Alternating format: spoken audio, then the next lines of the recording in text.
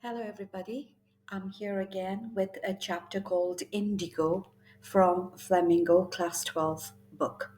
Now, this particular chapter is actually an extract from a book called The Life of Mahatma Gandhi by Louis Fisher. Now, the main theme of the story is about the battle, but what kind of battle? An unequal battle between the oppressed and the oppressor. Because here, the oppressed are the poor peasants, and the oppressor are the very rich and powerful and the mighty landlords, the British landlords. Okay, so obviously, the battle was unequal. Secondly, it also talks about how these oppressed people, with the help of Gandhi, they were able to fight against the British landlords and they were able to spoil their wicked designs. Next, it's all about truthfulness, sincerity of purpose, and relentless efforts of Indian leaders and masses bear fruit. So, until and unless you don't work hard, until and unless you do not persevere, until and unless you do not believe in yourself or in truthfulness, then you'll never be successful. Lastly, it's about the triumph of camping against unjust British. So it's about the victory over the strong and powerful British landlords. Now, the kind of message that this story gives to all the readers is that you have to be patient, perseverant, and determined. So, if you have these qualities, no matter what kind of challenges come across your way, no matter how hard it becomes, but you'll be able to overcome all the odds and adversities in life. Now, while managing crisis, you need to focus on solution. Solution is more important rather than problem. It's better to come up with an idea in order to solve rather than to sit back and have a lot of grievances. Next, it has a message for us that we need to be self reliant. We cannot depend on others in order to fight for our cause. Okay, so you have to be self reliant. And it is important here. Gandhi, what he thought was, he deemed important to teach people about courage and fight their own battles. So you need to be independent, you need to be fearless. Okay, and then rather than lending support in critical situations, you have to focus on solution. You have to do everything on your own. Now, the story it describes about the struggle between Gandhi as a leader who leads the peasants of Champaran. Okay, and these peasants of Champaran, they were just sharecroppers. And who were the landlords? The British planters. So these people under the British planters had a miserable life and they were forced to go grow indigo. So they kept an agreement. All right. Now, if they were to work on the lands, they had to pay some taxes. But then, what did the British tell them? They told them that 15% of their land had to be given for indigo. I mean, it had to be cultivated, the indigo plantation had to be cultivated in that 15% of the land, and the entire harvest had to be handed over to the British people. So, it was a great battle of injustice because of them. But then Gandhi, he stood by them, he fought for them, and gave justice to the poor peasants. Now the characters are the most important characters are Gandhi and Rajkumar Shukla. Rajkumar Shukla is a sharecropper. Then comes Gandhi's wife Kasturba, Devdas, the youngest son of Gandhi, Charles Frere Andrews. He is a friend and a follower of Gandhi. Now, let's read about, or let's talk about Gandhi. Who doesn't know Mahatma Gandhi? Okay, he was born on the 2nd of October in India, Gujarat, in 1869, and just at the age of 13, he was married to Kasturba, and together they had four sons. So when Gandhi was 18 years old. He went to London to train as a barrister. But then by 1891, he came back to India. So Gandhi had a great fame even in South Africa. You know why? Because he fought for the black people. So those days, the British had colonized even Africa, and there the Africans were treated, very badly. They were also oppressed by the British. So Gandhi tried to fight for them. He had a great fame. Now, it all started with an incident in a train. Once, when he was traveling in a train, he had a first class ticket. But then a British officer who was also in the same train did not get any ticket. So, Gandhi was asked to leave his compartment. He was asked to give up his seat for the white men. But then Gandhi refused. He said, "Why should I? Because I have paid money. So why should I leave this? Why should I go away?" Thus, Gandhi was thrown off. Okay? And after that, he started to fight for the black people. Now, he is also one of the main characters in this particular chapter. So, everybody knows that Gandhi believes in non-violence, in civil disobedience movement. Okay, and also Swadeshi. So his role is very important here because of him, because of his leadership. He was able to grant justice to the people of Champaran. Now, Rajkumar Shukla, he is also an important character in this particular story. Now, he was also a poor peasant from Champaran, kind of a representative of all the farmers. So, during the 31st session of the Congress in Lucknow in 1916, he met Gandhi. And there, he urged Gandhi to come along with him to Champaran in order to end the exploitation of the farmers by the British landlords. Okay, so he was very tenacious and determined. He was very courageous, because though he was a very simple person, he did not feel scared to approach Gandhi, a man of great power. He approached him. He was very unassuming and simple because he was very straightforward. He just approached Gandhi and told him that he was from Champaran and he wanted Gandhi to come along with him. He was community oriented. I mean, he stood for his community, for his brothers, for all the peasants, and he represented them. He came to Gandhi to ask for his help. Now, he has a significant role in the Champaran movement. Because of him, Gandhi started the first Satyagraha movement in Champaran.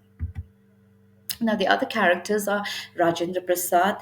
Okay, he was also the first president of India. Then you have Sir Edward Albert Gate. And then you have these professors, Kripalani. Okay, and then Professor Malkani. Now, let's talk about the story. So, this happened in 1917. It is also called the Champaran Incident.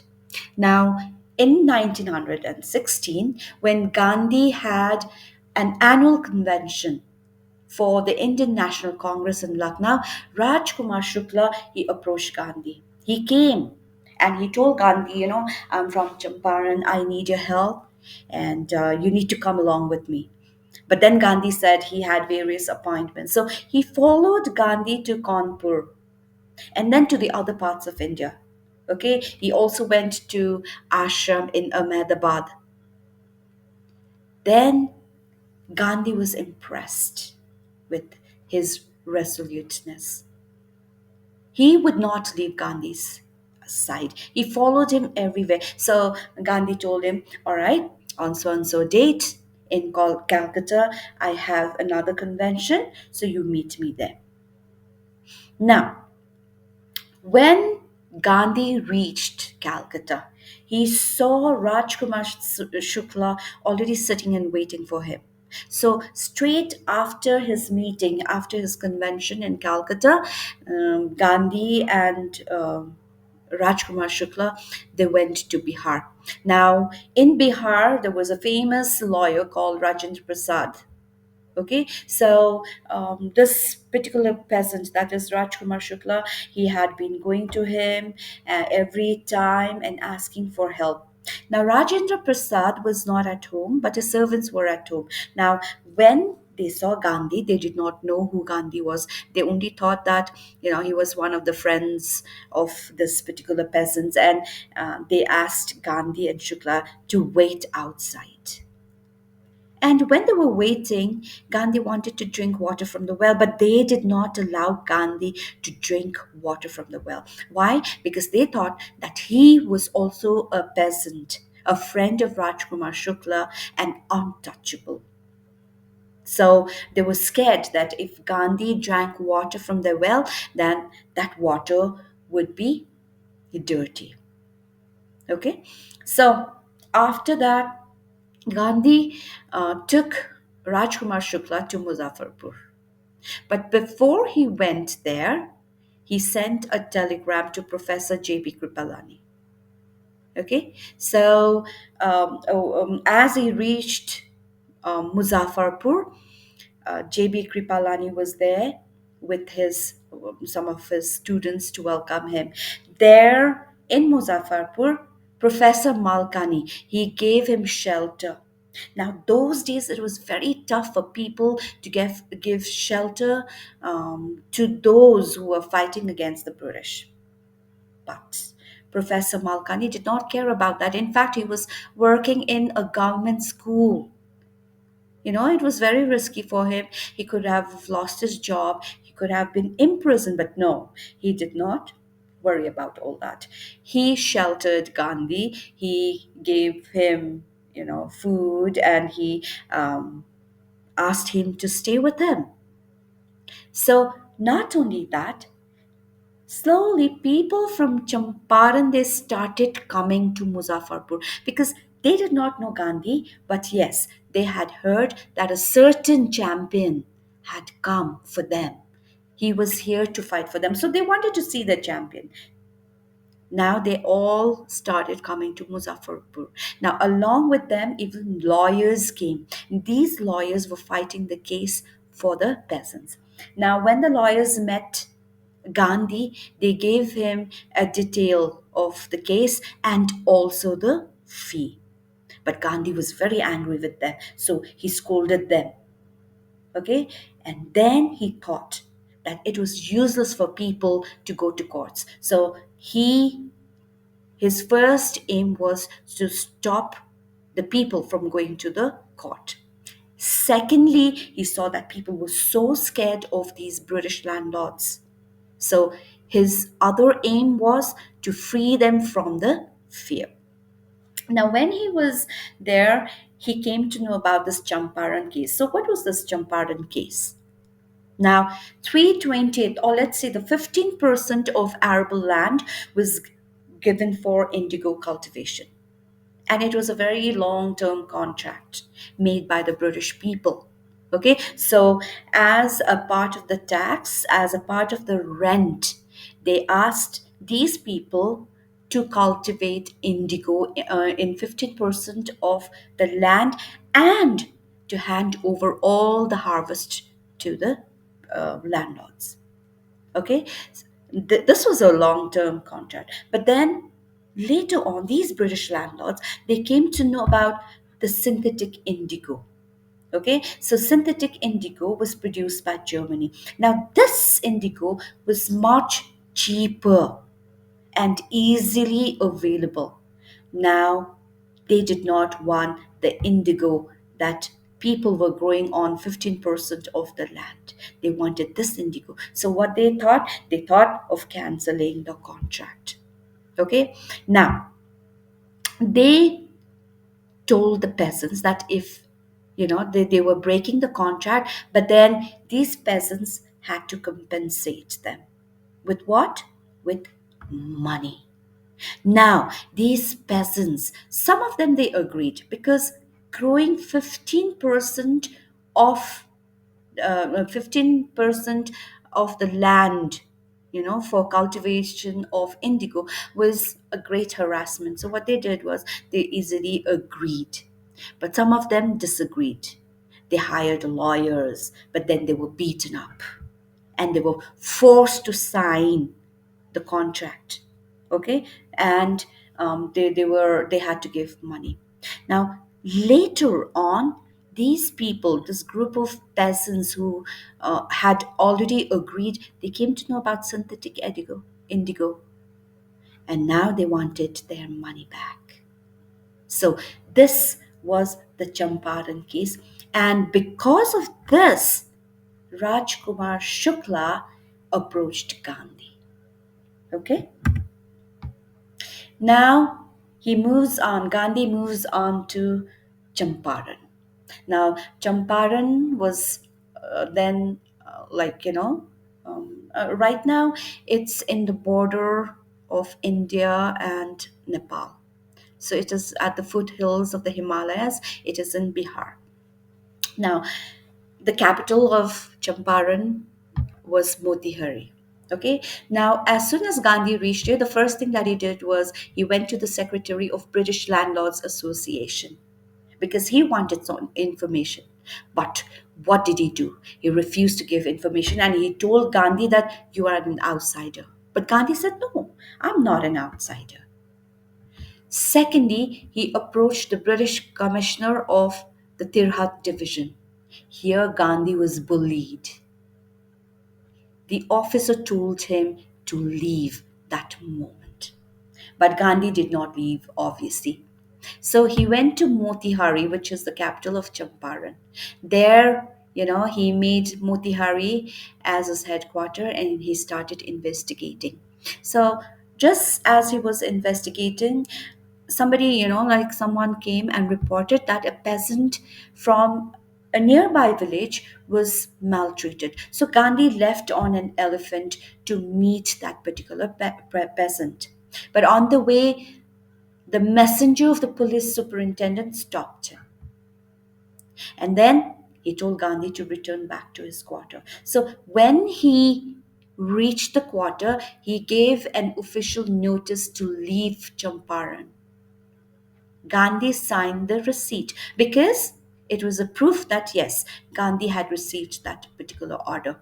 But then at the back of that receipt, he wrote, I will disobey. The very next day, he was summoned to the court. Now, the whole night he could not sleep. Gandhi was restless. Okay, so first of all, he telegraphed Rajendra Prasad to come with very influential friends. And then he also wired the entire report to the viceroy. Then the next day, he went to the court. So there, the court was surrounded by the peasants. They started demonstrating. They wanted to help Gandhi. So that's why they had come there for Gandhi. Okay, at this particular time, the British officials, they felt powerless because nobody would listen to them, and they had to ask Gandhi for help. So Gandhi helped them to regulate the crowd. Okay, and this particular action of the peasants was a proof that so far they were unquestioned, so far they were dreaded, but now it could be challenged because these peasants, they were fearless for the first time. Okay. Now finally, in the court, all the lawyers, the lawyers were quite confused and they were nervous. They didn't know what to do. So they thought that they needed more time. So the prosecutors, they requested, to postpone the trial because they wanted to have a discussion with their superiors. But then Gandhi protested. Okay, he said, no, let's not delay because I'm already here. So let the session begin. Okay, and then he also pleaded guilty. Gandhi said, yes, I made a mistake, but it was not that I wanted to break the law. It was just because I was in a conflict of duties. So what was these conflict of duties? Now, on one hand, he had a duty as a good citizen, not to break law, to follow the law made by the court. The next thing was duty to humanity. Okay, but then he felt this was more important. He listened to the voice of his conscience and he decided to break the law and listen to this particular duty. So the magistrate also was flustered and he could not come to any decision. So he announced 2 hours recess. And for that, he told Gandhi to pay for the bail. But then Gandhi said, I will not pay. And at the end, the magistrate could not do anything but let him go without paying any bail. Now, the court reconvened after 2 hours, but yet they had not decided, they could not decide anything, and Gandhi was free. Okay? So, next, what did Gandhi do? Now remember, he had already wired Rajendra Prasad to come with influential friends. So Rajendra Prasad, Bridge, Kishore Babu, Maulana, Mazarul, etc., etc. All these influential lawyers had come. So he asked them a question. He said, what would you do if I was arrested? So the lawyers said, well, they would go away. They would return back because obviously without Gandhi, what was their job? You know, they did not have anything to do. And Gandhi again was disappointed with them. So he said, then what about the injustice to the peasants? So the lawyers went back again, they consulted, they had a discussion, and they came up with this point. This man, this Gandhi, is not even from this particular area. He had come all the way to Champaran just to help the peasants who were actually their brothers. These lawyers were from that area, but they were planning to leave, and yet this stranger, he was ready to fight for them. So they went back to Gandhi and they told now they were ready to follow him to jail. And Gandhi said, the battle of Champaran is won. Because this was what he wanted. He wanted people to be fearless. Okay? His main ambition was to remove the fear from the hearts of the people. His mission would be successful if only people would be courageous, if they would stand up against the British. And right now, the people were ready to do that. So he said the Battle of Champaran is already won. Now, several days later, the magistrate he sends a letter, a notice to Gandhi that Sir Edward Gates, the lieutenant governor, ordered his case to be dropped. Okay, so after that, Gandhi was summoned in the month of June by Sir Edward Gate. Now, there were 4 long meetings that was held. Okay, so an official commission of inquiry was made. So there was this formation of the commission. Now, who were there in this commission? The British landlords, the government officials, and Gandhi, because Gandhi was the representative of all the peasants. So by this time, Gandhi had already collected a great number of evidences. You know, all the peasants, they came and they gave their reports, they gave their witnesses, and in writing. So now the landlords did not see any way out. So what did they do? They agreed to refund. Okay, so they said, okay, we are ready to refund, but how much? So Gandhi, he said 50%. And he sounded very resolute. Now, these landlords, the lawyers, their lawyers and all, they knew that Gandhi was a very resolute person. He was very adamant. If he stuck to one point, he would not leave. So they just wanted to drag the case. They did not want to return back the money. So they said, okay, we will return only 25%, thinking that Gandhi would disagree and the case would go on and on and on and on. But Gandhi, what did he say? He said, okay, fine, you pay 25%. And thus, the deadlock was broken. Why this case is called a deadlock is because there was no way out.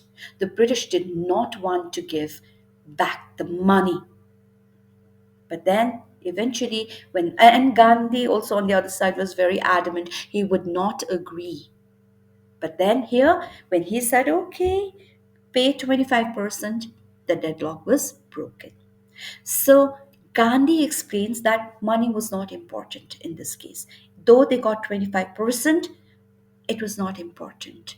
What was more important was these British landlords, they were made to surrender. They were made to return back the money. Along with the money, they also had to lose their prestige, their ego in front of these peasants. And for the first time, these peasants realized that these landlords were no lords. They were also people like them, made of flesh and blood. So, through this way, Gandhi taught them about the right to defend. He taught the peasants that you have the right to defend. And if you believe in yourself, you will win. So, he taught them how to be courageous, how to be fearless. Within a few years, the British planters abandoned their estates, and then after that, the land again, it was reverted back to the peasants. So, in this process, the indigo sharecropping completely disappeared. Now, Gandhi was not content only with the political field, okay, or the economic solutions. So he also saw other aspects of people's life. And then he helped peasants. Now, he was not a loyalty to abstraction, but a loyalty to human beings. He did not believe in just, words, or he did not believe in just mere promises, but he made those promises happen. He made it real. Now he saw that the people in Champaran, they were backwards, so he wanted to do something for them. Now he's thought of improving their social cultural life. He gathered volunteers to educate them, and among the volunteers, his wife and his son also joined. And at the end, there were schools in 6 villages. Next, it was about health. So when it came to medicine, he just used 3 medicines. That was castor oil, quinine, sulfur ointment. Now, anytime, anybody who showed a kind of a coated tongue was given a dose of castor oil. Anybody with malaria was given quinine plus castor oil. And if somebody had some kind of skin eruptions or skin allergies, then they were given the ointment plus the castor oil. Then once he noticed a woman who was wearing filthy clothes. She was wearing the sari, which was really dirty. So he asked his wife to talk to the women or talk to them about health and hygiene and all. So when his wife talked to this woman, the woman took her inside her hut and showed around, and she said, look, there's nothing. The clothes, the sari that I'm wearing is the only one that I have. Okay, so this was the condition of the people. Now, even when he was far away from his ashram, he constantly kept in touch with people through letters. He also kept, a mark on the financial records. He watched everything, and he also reminded people about latrine trenches. So he said, now the trench is almost full, it's time to build another one and all. Okay, so he was a man who was working for everybody. He was working for his own community, he was working for others. Now, this Champaran episode was a turning point in Gandhi's life. Now, when he came here, he did not come here to defy the British. He came here to mitigate the problems of the peasants. He came to help them, to give them solution. But it so happened that this turned into a defiance program. Okay, and this was where he first started his Satyagraha movement. And this particular incident gave him direction for Indian independence. He made peasants aware of their own rights. Okay, and he gave them the courage, he gave them the power to see that they could also fight these British people. Now, once, when they were fighting this case against the British, um, Rajendra Prasad and the other lawyers thought that if Charles stayed back, because it was time for him to leave the place and go to Fiji Island, so they requested Charles Andrews to stay back to help them. But then Charles said, no, no, you have to ask Gandhi. If Gandhi tells me to stay, then I will stay, otherwise, I will not stay. So when Gandhi heard about this, he got quite disappointed and he told them, you've seen Andrew as a prop. Don't think that you're less powerful. This is our fight, and we have to fight ourselves. We cannot depend on the others. So he had accurately read their minds. He knew why they wanted, Andrews out here. So, in this manner, he taught people to be courageous, to be self reliant, okay, and to believe in themselves. So, this way, he was able to gain independence for India. And he also said, be the change you want to see in the world. Instead of changing others, instead of depending on others, you do it your way. All right, thank you. If you have any question, please DM me at my Instagram handle. Thank you very much.